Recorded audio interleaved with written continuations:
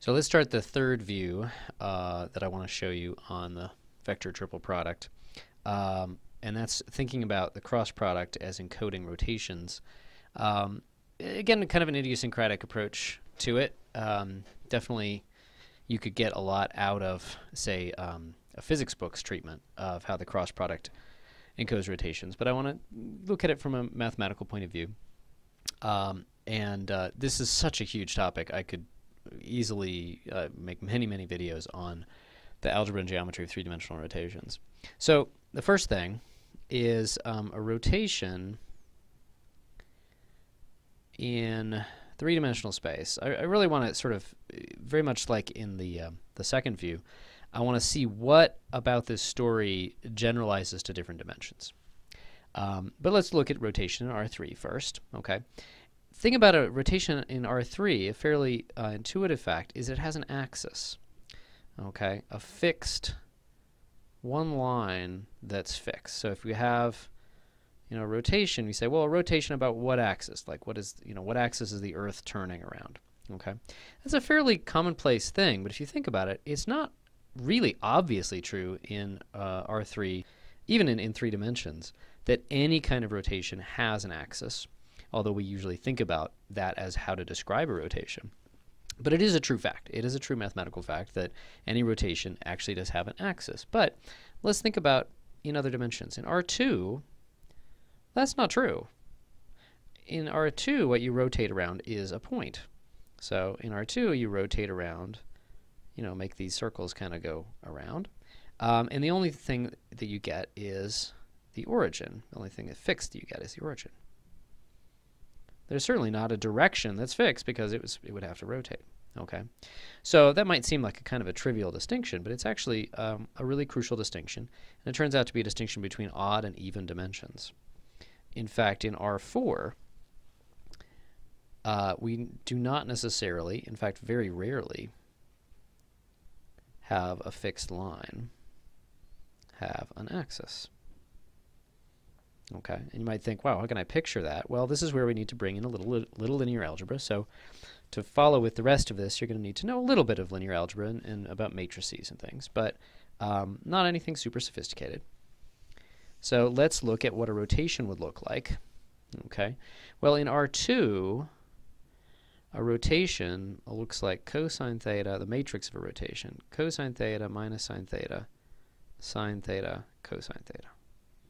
So hopefully that's familiar, that you've seen that rotates things in two-dimensional space by an angle theta, not surprisingly.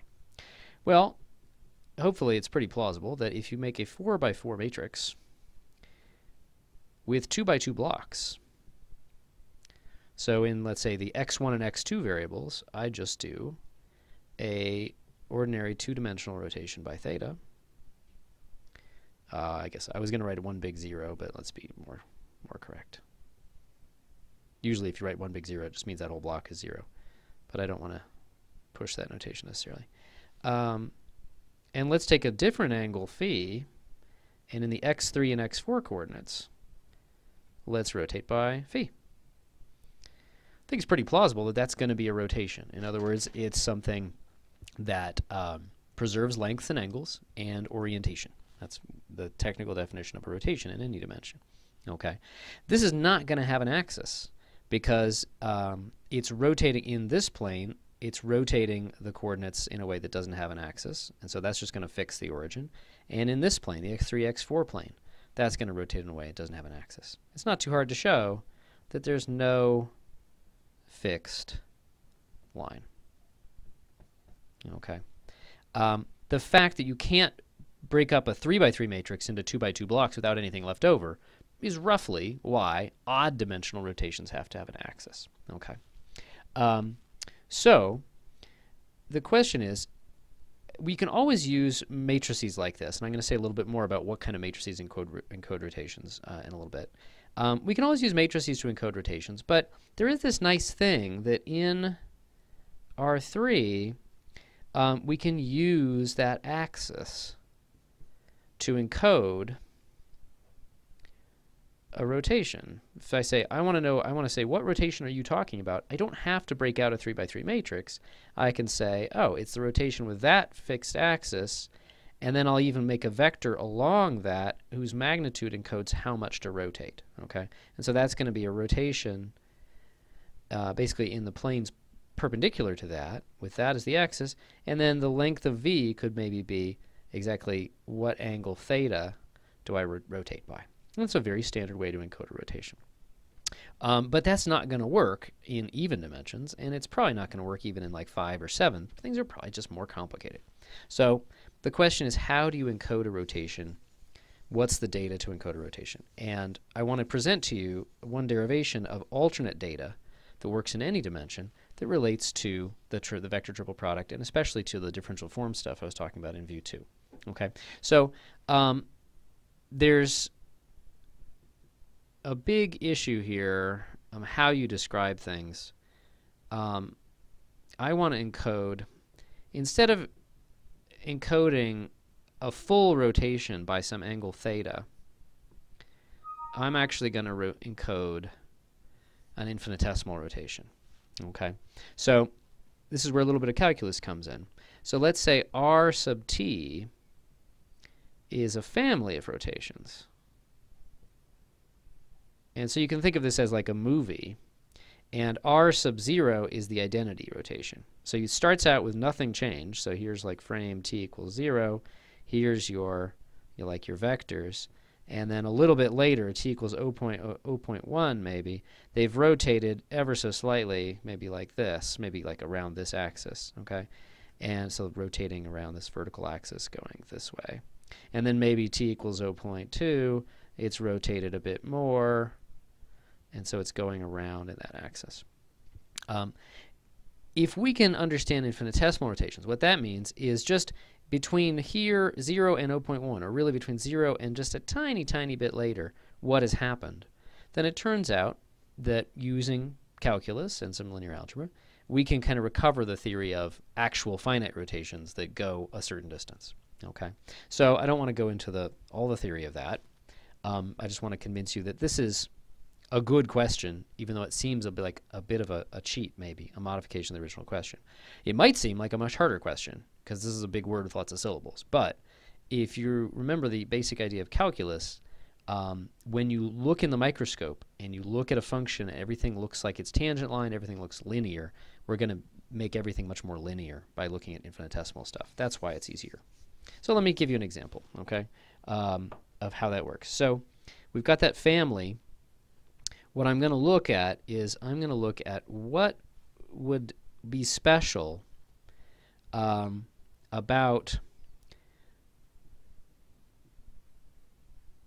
how a family of rotations works infinitesimally if they're known to be rotations. What is it about rotations or what does rotations, the fact that it's rotation, give you about the infinitesimal thing? Okay, so here's what we're going to do. We're going to take a vector v. We're going to rotate it, and we're going to look at the movie starting at t equals 0. We'll look at all the ways it gets rotated. But we're really interested in just the derivative. How much does it change right at the start? How much does v change as it starts to rotate? So the picture there is maybe I've got an axis of rotation, maybe like A, again in 3 dimensions. Here's our v. Maybe that's rotating in this plane perpendicular to A. So that's going to start rotating like this. Just really right at the start, here's going to be like r, let's say epsilon of v. Thinking of epsilon as a really small number. It's this little guy here that's going to be the change in v, and that's going to be something that's going to give us this, the derivative. Okay, so it's really a vector. You've got this vector, and it's going to be rotating around. I'm not really interested in this vector or this vector or this vector that it gets rotated to. I'm interested in how much does it change right at the start. One thing you note geometrically is it kind of looks like it's going to be going perpendicular to itself. If the change was not perpendicular to itself, then these vectors would be changing length. And that's definitely not what I want from a rotation. Okay, so let's call this A times V. It turns out to be just a matrix times V, and we can actually figure out something about what that matrix has to be by looking at what's special about rotations. So what I'm going to do is I'm going to use the fact that the magnitude of all those rotated versions of v, those should all be the same. So in other words, the derivative of that should be 0. Now I'm going to actually cheat a little bit and remember that this has a square root in it, the magnitude of a vector. I'm going to just look at the squared length. Okay, the squared length should also be constant as a function of t, and so this should be have 0 derivative as well. Okay, the reason that's so nice is that that can be expressed as a dot product, RT of v dot itself. Okay, and that's going to be, there's a nice, it's easy to prove there's a product rule for the dot product. It's just derivative of the first times the second plus the first times derivative of the second. Because of the symmetry here, what I end up getting is 2, let me just write it out, 2r naught v dot the derivative. Oh, okay, that's exactly what we wanted to analyze. That's that AV, that's that infinitesimal version of this rotation family. The r naught comes out because I'm evaluating everything at t equals 0. Okay, but what is that? R naught of v, that's just v. Psh. The whole point was that I started with v itself. Okay, so what am I getting? I'm getting 0 is twice the dot product of v with av.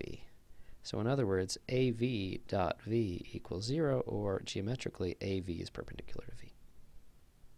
Okay, and that's what we suggested here. This is really a picture of av. It's how much does v change infinitesimally, and that had better be, the additional amount in v should just be perpendicular to v, because otherwise it's going to get longer or shorter. Okay, so the infinitesimal rotated version of v is orthogonal or perpendicular to v itself. So that's a very, very good place to start. Actually, let me just stop this part of the video by a claim. Let me just put it up here. The claim is that that's actually enough. Okay, that if I have any matrix with AV perpendicular to V for all inputs V. This had better work for all inputs, or else it's trying to rotate some of them and distort some other ones. That's not a rotation. Okay, then it is an infinitesimal rotation. And again, I'm going pretty quickly on these things. You could make a whole course out of, again, three-dimensional rotations. But that's going to be a very nice place to start that gets us an entry into the algebra. It's really, we're going to use it in terms of the dot product. But it gives us an entry into the algebra of rotation matrices, and then we're going to see there's a cool connection to differential forms.